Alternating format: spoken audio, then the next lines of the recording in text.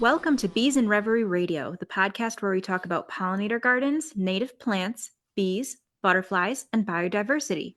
We talk about what we can do in our own backyards, and sometimes we'll report on current environmental news where there is something that we can do together to protect bees, butterflies, and habitat here in the U.S.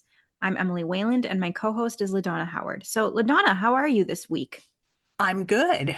Emily, in addition to the pollinator garden and native plants that I do in my yard, I also grow some food. And Hmm. March is one of my favorite months because it's sort of summer garden kickoff time where I am. Uh, Oh, yeah, I'm in Maryland, and although our last frost date isn't until late April, so a lot of my food crops can't go out until after the last frost, but this month, I'm sowing some cool weather seeds like radish and lettuce, and I'm looking at my calendar for when to start my tomato and pepper plants indoors. But I know that's not what we're going to talk about today. Today, we're going to talk about bugs, bugs in the yard. I'll outline what we're going to talk about in a minute. But Emily, how are you this week? well, I'm definitely looking forward to talking about the bugs today. That's definitely one of my favorite topics. I'm good. I definitely have a way later frost date than you. So I'm about a month behind you in terms of my garden planning. So I usually actually get a lot of my food crops from the local high school's FFA sale because Ah, yeah, it goes back to a good cause and they have really good quality plants there and they change it up every year. So I like to see what they have and let that surprise me. oh, that's a great idea. That's a good place to look for plants. That's much better than a big box store for your food crop starters. I agree. Yeah. And they don't spray them or anything, so I really, really appreciate that. And because they don't spray them, yeah, I have to deal with a little bit of pests sometimes, but that might be the perfect segue into what we're talking about today, which we have titled What About the Bugs? So, LaDonna, I think you're going to outline this episode for us. Can you tell people what we are covering today to get us started? Yes. So, one of the biggest questions that I get from people online when I show people what I've been doing in my yard, how I'm transforming it from, just plain turf grass into native plants for pollinators and also food crops for myself. And when I talk about the fact that I don't use any pesticides, the biggest question people ask me is, what about the bugs? So, we're doing this episode, Emily. I feel like it's just in time for spring yard and garden planning. So, Yes. yeah. So, Emily and I are going to talk about three things today to start to answer the question, what about the bugs? Number one, we're each going to talk a little bit about our own approach to bugs in our yard and on our plants. We'll talk about how long each of us have been doing this, what we've done, and how it's working, what we've learned. Uh, but I know that what each of us do, Emily, in our yards is specific to our climate and our region and with our specific plants. And also, everyone has their own individual level of tolerance for bugs that may not be for everyone. Hmm. So, number two, we're also going to walk folks through sort of a framework for making a decision about what works for you, for your own yard, and based on your own tolerance for bugs. We'll talk about what are the biggest things to consider before you make a decision either to go totally pesticide free or not. And I'll even talk a little bit about are some pesticides better or worse than others? And spoiler alert, the answer is yes. Some are better and worse than others. And then number three, we'll also talk about how to do it. We'll hook you up with some concrete advice. So if you do want to go pesticide free, we're going to share some tips for making this work for you and your family, and maybe even if you're growing food crops like I am. And specifically, we'll talk about an approach called integrated pest management and how you can Hmm. sort of start doing that in your own yard if you want to. And Emily, one thing I'm curious about with your yard, and admittedly, I've actually heard you talk about this a little bit on social media, but just a little bit, and I'm actually curious about it and would love to hear you talk about it a little bit more.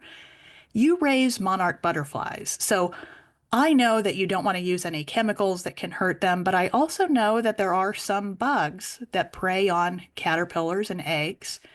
Can you talk about what your yard is like and sort of your tolerance level for bugs in your yard? So yeah, like LaDawna said, I rear monarch butterflies and I rear them outdoors because frankly that's better for them. It's good for them to be exposed to natural elements, but that does mean I have to be careful about how I do manage pests in my garden. And I do get those. When it comes to bugs affecting the caterpillars, I try to collect them as eggs as soon as possible. So they never are opened up to, the longer they are on a plant or the further they are in their life cycle, the more they are exposed to pests and other diseases, parasites, and all of that. So I try to find them as quickly as I can so I can avoid that. And I do actually start them off indoors because there are a lot of like tiny, almost microscopic wasps called trichogramma wasps. There's also chocolate wasps, and you can't see them, but they will absolutely parasitize a monarch egg.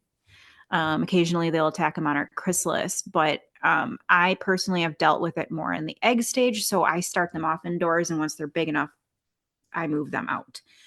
So that's personally how I manage the monarchs. But I do have pests in my garden. I am completely pesticide free, but I get a lot of those squash bugs, the like squash beetles on like my zucchini plants. Yeah, And then yeah. also those invasive, they're like a dark black iridescent Asian beetle of some nature. And they will absolutely decimate both plants in the prairie and the garden. So, what I personally do is I walk around with a bucket of soapy water and just knock them in there.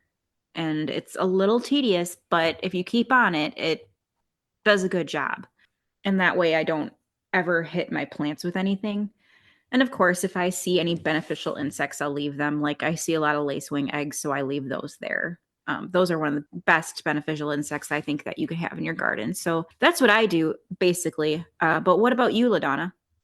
Really similar, actually. I also am pesticide free in my yard. And, I actually didn't start growing food right away. I had a pollinator garden and native flowers in my yard first because Oh, okay. I was working full time. I had a job that was more than full time, and I couldn't really commit initially to food crops. And so I think I got lucky. This is now a tip that I share with other people. I think I got lucky because I had attracted all of these beneficial bugs into my yard through having a native plant habitat and pollinator gardens and not using any pesticides. There's a whole corner of my yard that I call the ladybug habitat because I've seen ladybugs there and other beneficial bugs. So I think that when I started my food garden, I had this head start. But I do look for, if I see anything on one of my food crops that I know is a food crop pest, I will remove it manually. But also, for me, I'm just okay with losing a plant occasionally to pests. And, as Oh, I meant, okay. I know not everybody's in that situation though. As I mentioned earlier, I know that what you and I do in our specific yard, and our level of tolerance for bugs might not be for everyone. Oh, yeah. And so here's something I've said to people who ask me, what about the bugs? And the first thing I will ask them back is I say, what is your goal with your yard? What do you want to accomplish? Because for some people, they might be mainly growing a food garden. And, in that case, if they are counting on those calories for their survival and for their family, they may have a lower tolerance for pests on their crops than you and I do. Right. Um, and for some people, some folks out there may have a low tolerance for a specific pest, like, somebody might be allergic to bee or wasp stings or have a low tolerance for mosquitoes. My goal in my yard, I do grow food and herbs for myself, but my priority really, I would say, in my yard is biodiversity and in supporting pollinators and supporting beneficial bugs. And so for me, I feel like my garden is sort of a little bonus. I also grow a lot of herbs, aromatic herbs like rosemary and basil and things like that. And I Mhm. think that helps having those planted around the food crops, can help repel bugs. Anyway, so, not everyone is going to reach the same conclusion. And so I think of it this way. There's sort of these categories, these sort of categories of folks. So I do want to talk briefly about how to use pesticides in a food garden responsibly and safely. There's a method that, folks may have heard of before, but don't really know how to get started in their yard called integrated pest management, which is it's sort of what you and I are doing, Emily, where first we are doing what we can to prevent pests from being in our garden by having these beneficial bugs and things like that. And then at some point, if your food crops are so important to you that you can't go 100% pesticide free, you start with kind of lowest harm and work your way up.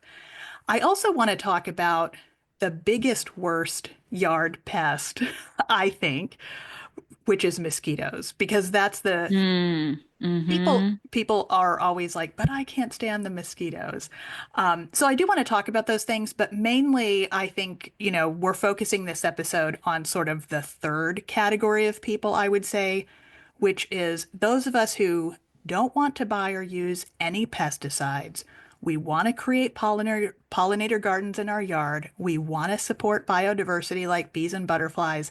And I want to talk about how we can do that. So we'll talk a little bit about, organic pesticides and that type of thing and some pest control. But I think in this episode, it's more like how do we do the best that we can in our yards.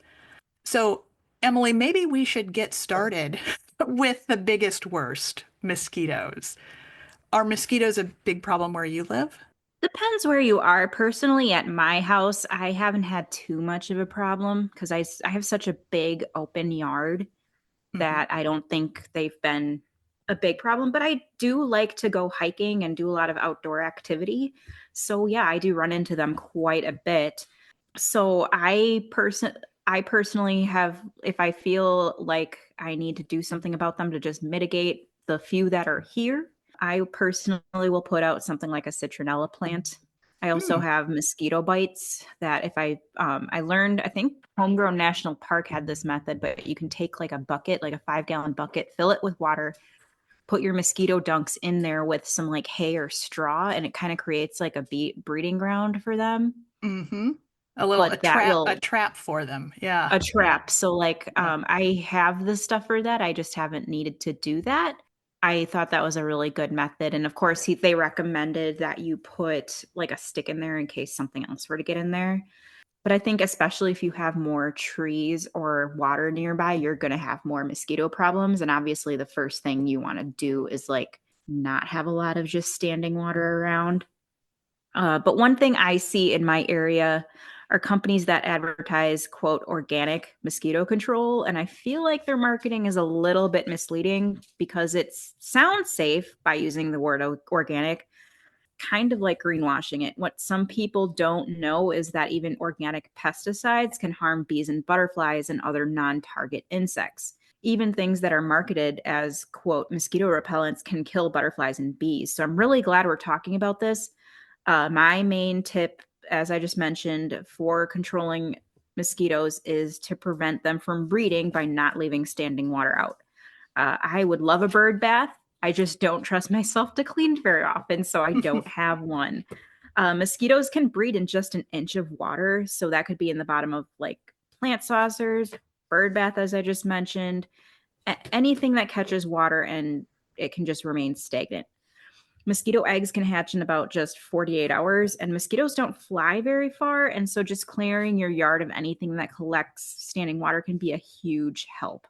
If you have something that purposely catches water, changing out the water every day will help get rid of those eggs before they can hatch. So, if you can't keep up with like a bird bath or like a low flow fountain, I would just probably not do that because otherwise you will get mosquitoes.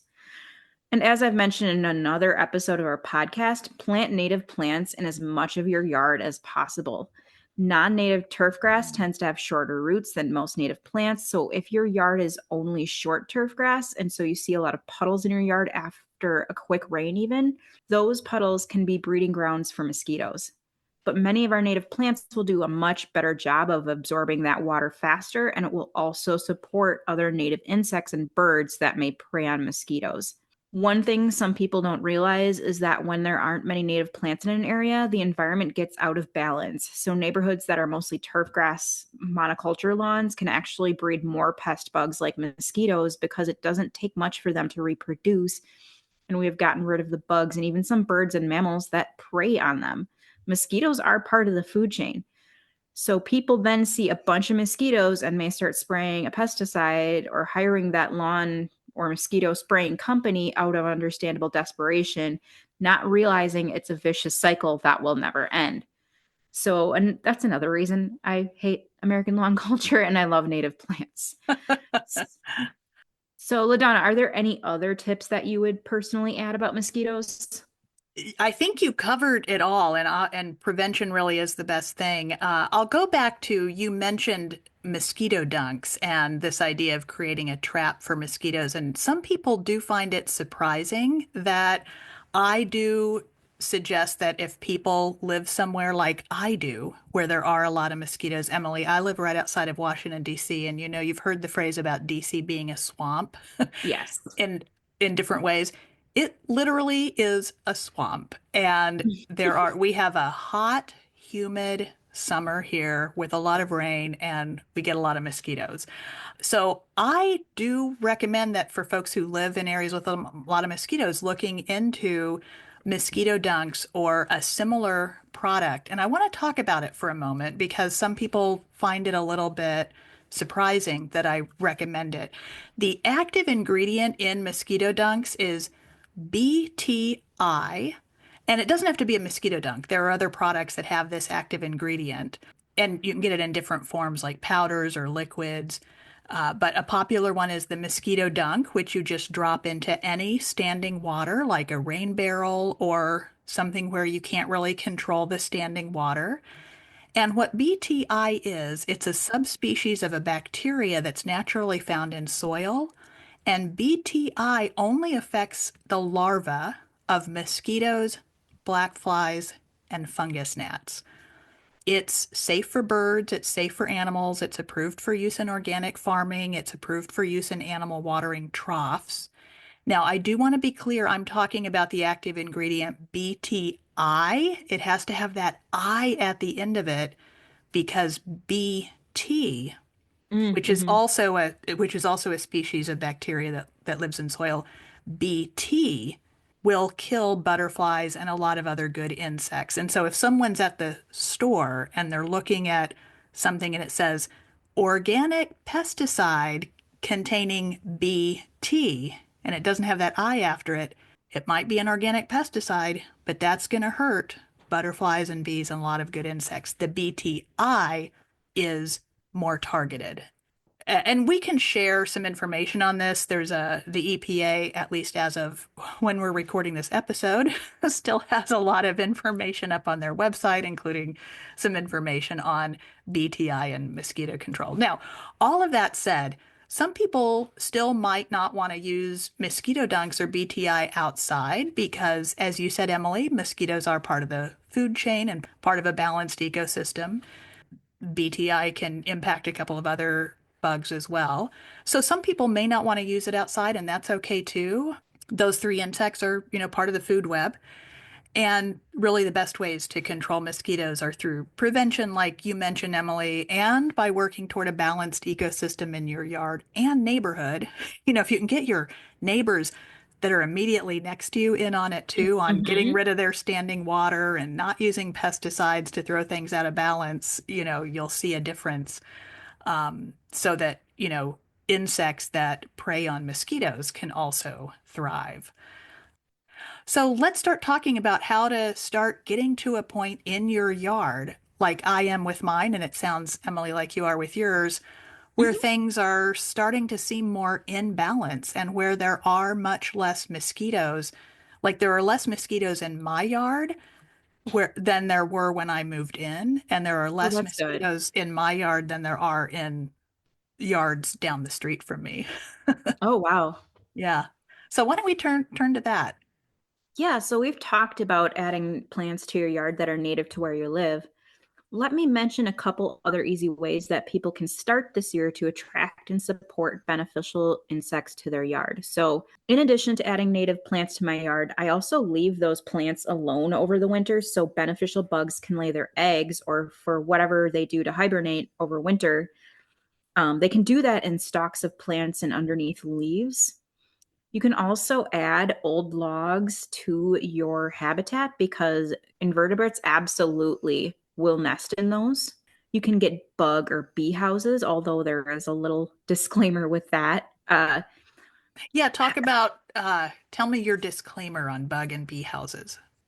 Yeah, so with bug and bee houses, you just want to be careful because a lot of them are made in a way that they can't be cleaned out, and you have to be able to do that. And a lot of times, you'll see them in like the garden center, and you're like, oh, this is great. This is a good idea. I can help support the bees. So people probably buy them well intentioned, but then they can't even take them apart in order to clean them out. A lot of times they'll come with little like hollow reeds or like fake hollow reeds, and that's Yeah. what like alfalfa bees nest in. And if you can't take those out in order to clean them out every so often, it could be a breeding ground for different like mites that affect native bees. The main thing with those is to absolutely make sure you can clean them out. If you're looking for a really good bee house, I recommend crown bees because they are built in such a way that you can do that and easily maintain them. Oh, good to know. And the number one thing that people can do this year is, like we talk a lot about, is not to use pesticides when you see some bugs in your yard. Beneficial bugs that prey on, quote, pest insects will only come to your yard and stay there if there is something they can eat. So, seeing some bugs in your yard this time of year is a sign that things are getting back in balance. And never fret if you see some like chew holes in a leaf. It's Yeah. nature working as intended. It might Yes. not be aesthetic, but it is showing that biodiversity is thriving in your garden. I love that. And one thing I've said, sort of half jokingly to people before, is I've said, having a yard full of native plants and not using pesticides, maybe it's only for the strong and the brave.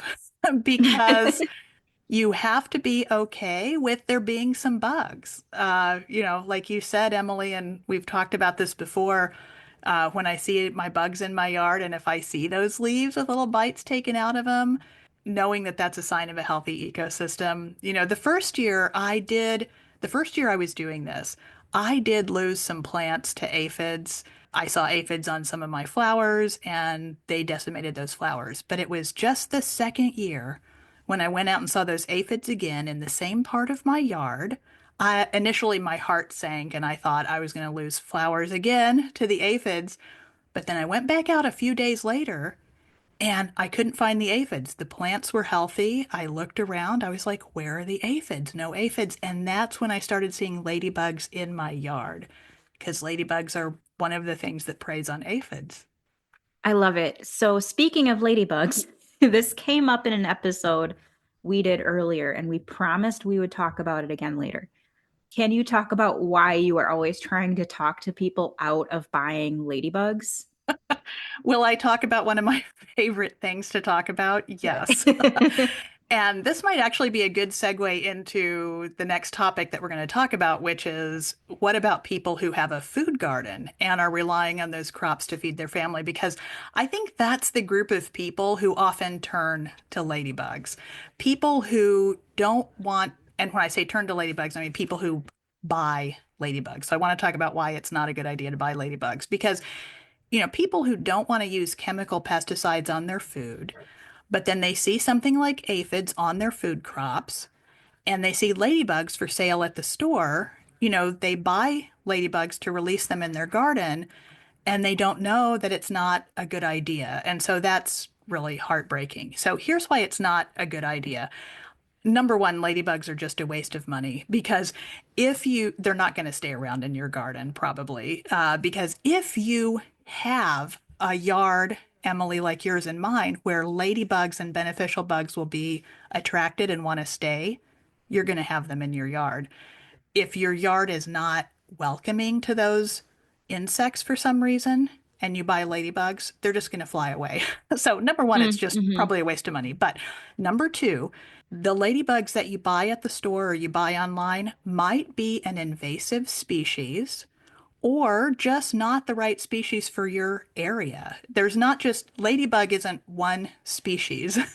There are over 5,000 species of ladybugs in the world. And so the likelihood that you're getting a species that is actually native where you are is low. And number three, even if you do get the right species, ladybugs are almost always poached from their native environment. Here in the United States, a lot of the ladybugs that are for sale are poached from forests in California when they're hibernating over winter. And so they are scooped up by the bucketful from those forests and then shipped across the country. So it hurts the place where they come from. They're poached. And number four, pests and diseases. So even if you have managed to find a ladybug that's the perfect species for you, it may be carrying pests and diseases that will then impact the local ladybug population. So that's my little Mm-hmm. stump speech on ladybugs. Happy to do that anytime, anywhere. So it's just, for me, it's just heartbreaking that most people who buy ladybugs, they do it because they want to do a good thing and they might Mm-hmm. end up then doing more harm than good. And so that's why I talk about it so much because the people who buy ladybugs are people, there are people, they're people who care Mm-hmm. about nature and, want to do the right things in their yards and honestly think it's a good thing to do. So don't buy ladybugs. I've made the same mistake. And, I was just trying to do the right thing too. I had no Yeah. idea personally. I've only done it once, but I've done it. They're labeled as an organic friendly thing, and it's actually not easy to find this information online No, about the it's not. downsides to it. If you go and you look up online about buying ladybugs, it's hard to find this information. So it's a mistake that's easy to make, and that's what's heartbreaking about it. And just looking back, they did leave right away. So that was a waste of money. I did not see any of them anymore. So yeah, that's such a good point. And those of us who want to do the right thing don't always know what that is. And you don't know until you know. LaDawna, you mentioned that you grow food and that you don't use any pesticides. Do you lose some of your food to pests or how do you manage that? Yeah, as I've talked about, my goal in my yard is weighted more toward biodiversity, native plants, and so I have a tolerance for some crop loss. Now, surprisingly though, I actually don't lose a lot of food crops to pests. I would say what I lose most is there's some chipmunks in my yard that I've learned, Oh, and I've mm-hmm. learned at least the chipmunks in my yard, they like tomatoes, but they don't like tomatoes enough to eat the whole tomato. They'll come They'll come and take a tomato off and eat a little bit of it and then just leave it on the ground. So I get these tomatoes with these tiny little bite marks and little bits taken out of them, you know. So I do lose some tomatoes to some chipmunks, but I have learned some solutions, and I'd love to just share them quickly here. In my yard, as I mentioned up front on the top of this episode, one solution that I found by accident was starting with a pollinator garden a year before food crops, if you can, to start bringing in those beneficial bugs. And some other tips for food gardeners, anyone who's doing a food garden in their yard. One is a diversity of food crops versus a monoculture of food crops. If you see some old-fashioned photos of gardens where people are just doing, here's a row of tomatoes and another row of tomatoes, and then there's bare ground, and then here's a row of beans and another row of beans. That's not the way to do it, right? You want to hide your tomato plants or your food crops among aromatic herbs, marigolds, things like that. So you can do something that's called companion planting, where you put plants together in part, where some of the plants will repel pests from your food crops. You can also plant crops that are called a trap crop. Nasturtiums is an example. Nasturtium is a easy to grow annual flower. It's I not love those. they're so pretty and they're not invasive or anything. They're easy to grow. And nasturtiums will attract aphids and other pest bugs. And so what folks will do is plant something like nasturtiums just a few feet away from the food garden. And so the idea is that some pest bugs will be more attracted to the nasturtiums than they will to your food crops. And so you're kind of sacrificing your nasturtiums, and then if your nasturtiums are covered with aphids, you can just chop down the nasturtiums, throw them away. And if the aphids don't get to your nasturtiums, nasturtiums are also fully edible, both the flowers and the leaves. Mm-hmm. Also, in my experience, growing food in a container on my balcony or patio, I get less pests than I do in the yard itself. That may not be the case for everyone, but you can grow a lot of food in containers. There's a lot of food that does well in it. And last thing I would say is that if someone is growing food this year and they don't have a tolerance for losing any of their crops to pests, and so they will resort to using pesticides, if you need to use pesticides on your food crops, some are worse than others.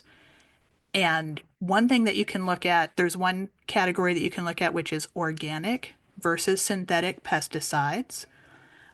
Organic pesticides tend to break down more easily in the natural environment. Just sun and time will break them down into mostly inert, safe ingredients, where some synthetic pesticides won't break down as easily, and you will end up with some, bad residue, in the area. But with organic pesticides, some organic pesticides are more or less harmful to bees than others. So even when you're looking at organic pesticides, it's not just the word organic that is important. It is which specific pesticide are you using? And I want to talk about this briefly. Some organics, some organic pesticides can be applied at particular times of day and in particular ways in order to mitigate their impacts on non-target insects like bees. Surprisingly, there is a common organic pesticide that folks have heard of called pyrethins, and folks consider pyrethins to be a pretty effective and safe organic pesticide. But pyrethins are one of the organic pesticides that's actually highly toxic to bees and should never be applied while bees are actively foraging in your area. And I found a great resource online at Xerces.org. The Xerces Society organization has a free 3-page PDF that's available for free on their website that includes a chart of organic pesticides and compares how toxic each one is to bees specifically.